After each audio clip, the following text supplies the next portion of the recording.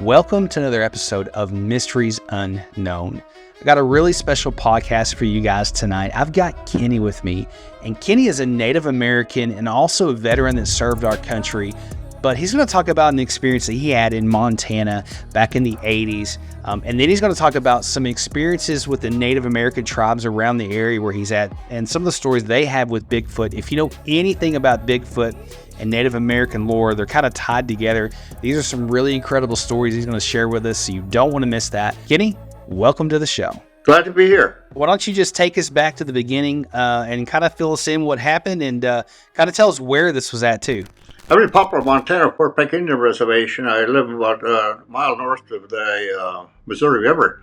And so I decided to go hunting, and I walked. It's about 2 miles east of town here. So I got my rifle, and my wife made me lunch and stuff, so I started walking. I followed the railroad tracks about a mile or so. There's a bridge underneath the railroad tracks, so I go underneath there, and I make my way down to the river. So I started walking there, and I was feeling hungry. So I looked over towards my right over there, about like 40 or 50 feet or so, 10, 15 yards off to my right. There was a deadfall laying down like this, and there was a cottonwood tree beside it, and this had broken off because they must have been standing together. This one broke down, and it was laying down. So I thought, oh, I'd go over there, because I was trying to find something to sit, get out of the snow. So I was just sitting up there. I was looking around. I thought maybe, there's got to be some deer around here, because I was going to call it a day. And I happened to look down there to my right there. And about like 15 feet, I seen some prints there. What is that? I thought, so I slid down off that tree stump, that deadfall, and I walked over. And it was a big footprint, about this big. And I looked to see where it came from. And it was just north of me where the slough was. And the slough wasn't that very far. There's a bunch of, trees and what do you call it, like reeds and cattails. And it was kind of like, it's just brush, all tangled brush. So I said, that's probably came from there, because you could see it, and the snow was about maybe a foot deep. So I walked over, and I was looking at it, put my foot beside it, and I wear a size 8, and this thing was about two sizes bigger than mine. So I looked over the other, and I could see the other one over there. So I took 2 steps to get to that one, from the right foot to the left foot, 2 steps. The long steps. And then I looked, I seen the other one over there, so I took 2 more steps, and I could see where I went there. And so I went up to the road, and I could see where it went. If I walked a little bit farther up that road there, I would have seen the tracks. And so I walked up to the road. It continued going south towards the timber where the river was. And so I felt just creepy. So I went back, and I got my rifle, and I got my lunch, whatever was left off that deadfall, and I put it in my pack, and I went over, and I stood on the road, and I kneeled down my rifle, and I pushed the scope all the way up, and I was, scanning that whole tree line down there, and I got this creepy feeling. So I jacked my shells out, and I put heavier bullets in there. And I was thinking, I'm way out here. What is this right here, What if he comes running out of there? Because it's about 3 or 4 yards or something like that. What if he comes running towards me? It's like somebody watching me. That's the feeling I had. I said, I'm just going to go. So I just started walking. But I could feel it, Every once in a while I'd stop, and I'd look through that scope again, and the trees, to make it added more suspense to it, because you hear kind of sounding like, I don't know, it sounded scary, the way it was going through there. So I kept walking. I didn't want to run or anything like that, but I really felt like I was being watched. So anyway, I got to the end over there. It kind of slopes down. I could see the farmhouse over there. But my friend, he lives there, but he wasn't home. So anyway, I just came down there. There's a low part, and that's where the slough ends right there. And during the springtime, it fills up, but you can drive through there when it dries up. So I walked through there, and I stopped. And I looked back, and I just came through, and I got this real creepy feeling. It was like somebody's watching me. And I just said, the heck with this. I just started walking. I came back, and to this day, when I go by there, I get that feeling. I never went down there after that. That place there, and I was talking to there's some people that live just right east of there. Is an elderly lady, and she said that sometimes at night times, she said, I got chickens out there. She said, we hear them all squawking there, so I go out there. See my dog, he's scared too. He'll run underneath the porch. And sometimes my chickens be missing. He said, and sometimes somebody be throwing rocks to hit the top of the house. And she would say, well, she said in the Sioux Indian, she said, Chiatonka had said, there's a hairy man down there. She said, down in that place. So right there, right where she lives is a high hill like that, big high hill. And there's old Indian burial grounds up there. The big circles and everything. I think I got a video of that place. I did some videos of the history of it. But that's what happened. And I told my wife about it. Well, don't go down there no more. So I haven't. I didn't go down there anymore.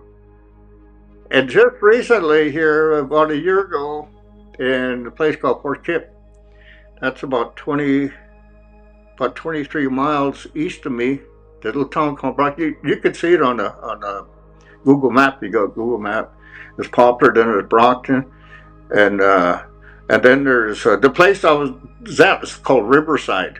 Okay, that's what they call it. And the Indians used to camp down there, but they always tell them they don't go in the trees, especially in nighttime. There's something down there. They won't say. They tell us that. Well, I need on Fort Kip just this last year. There's a lady that lives just 2 miles outside of Brockton. She lives on old number 2 there. They kind of they call it Box Elder. It goes down. So number 2 highway goes up a hill. There's campgrounds all over, old Indian burial ground in circle encampments. And you come out the road there, and it winds around. And she lives in the back, about like maybe half a mile.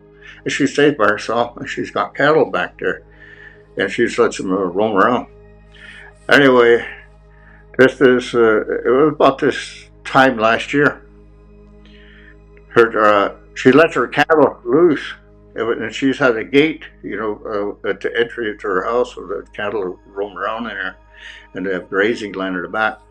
Well, anyway, her dog's really barking as she come out again towards the evening. And there was a big man. She says she was just scared the way she was telling it. Said his head looked like a egg shape. She said, long head, and had one of my calves underneath his arm. He was going towards the north, and right north of there, back in the 1910s, 1920s, there used to be old coal mines back there, and the railroad used to come through there in Brockton.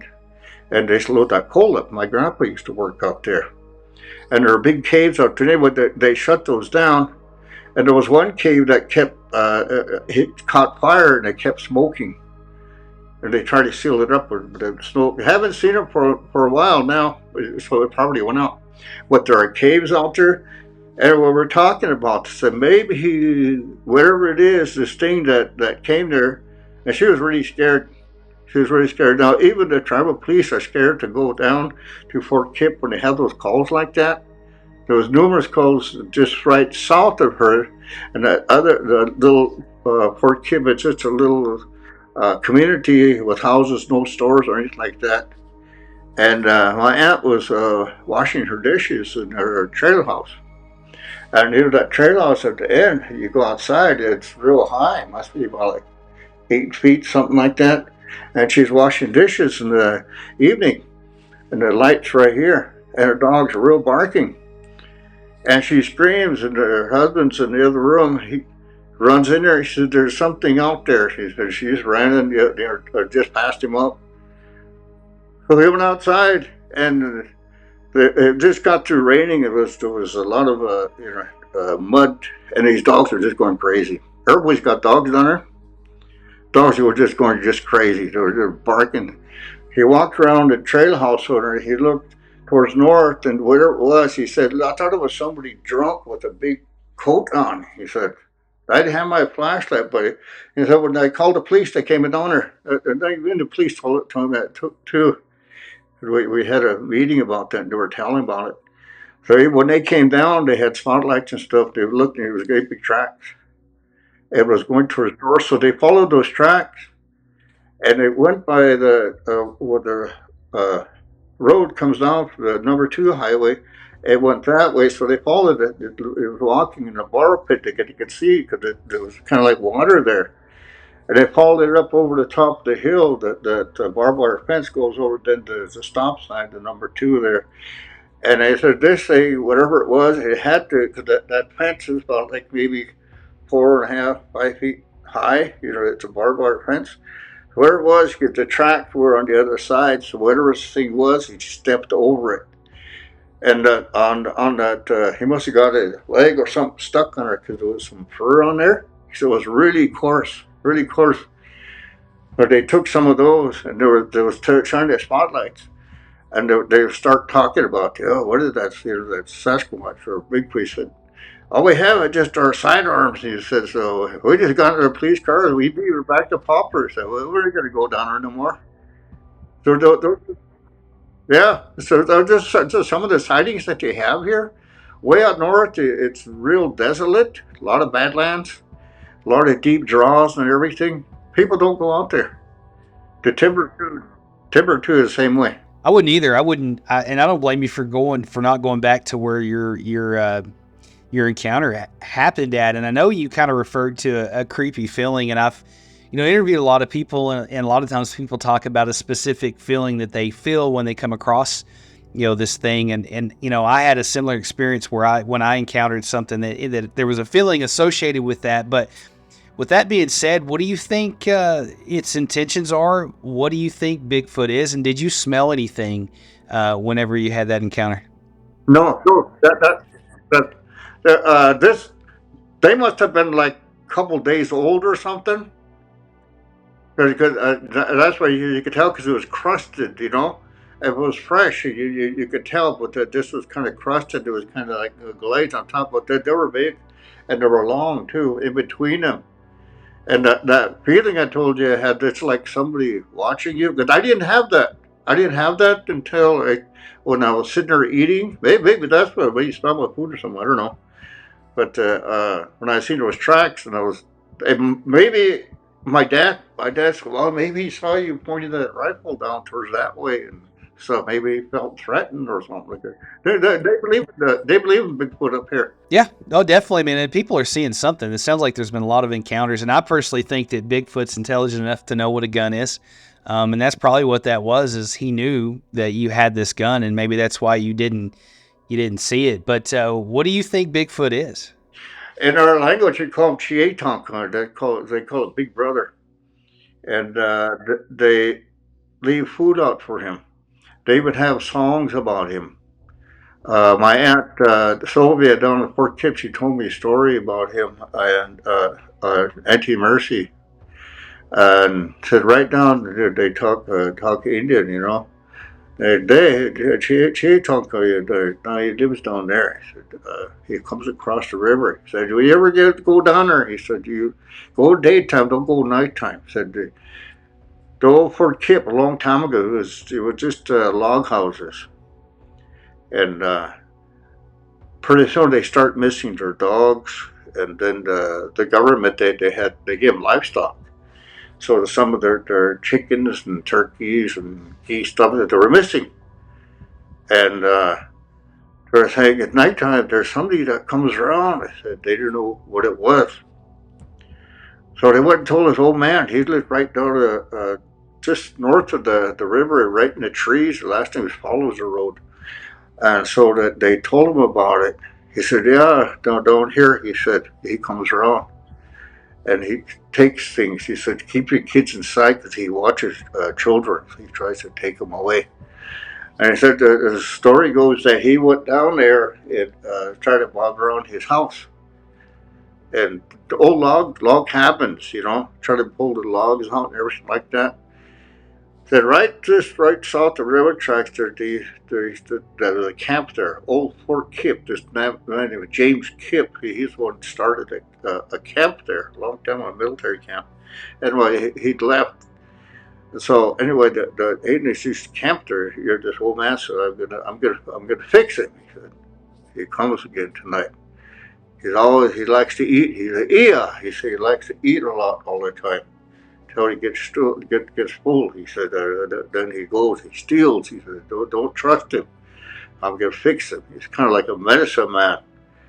So he went and said, I want you to go get me a badger. So one of those young boys, they went and they killed a badger and brought it back. They say he likes to eat badgers because he'll go and steal out of graves. Sometimes he'll dig up graves that he'll take dead animals. He'll take those. He said he loves children because he said that like little lambs and stuff. They're tender, so he eats them. He said, so tonight I'm gonna fix him. He said he was. So he put his teepee up, and he sat in there. He was singing, and he cooked that badger. He was roasting it over a fire, and he had that door open facing towards the river. He kept singing. He said, "You gotta wait till because that badger had it on his back and it was eviscerated. It was empty inside his stomach, but he could smell it."